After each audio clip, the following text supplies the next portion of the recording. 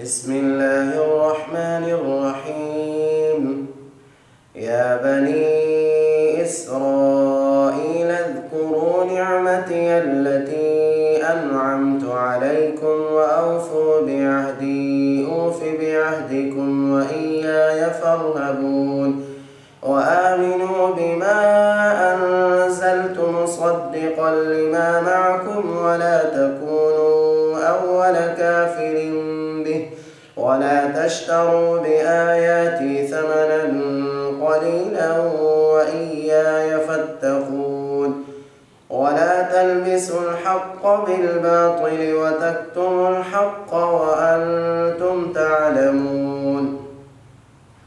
وأقيموا الصلاة وآتوا الزكاة واركعوا مع الراكعين أتأمرون الناس بالبر وتنسون أنفسكم وأنتم تتلون الكتاب أفلا تعقلون واستعينوا بالصبر والصلاة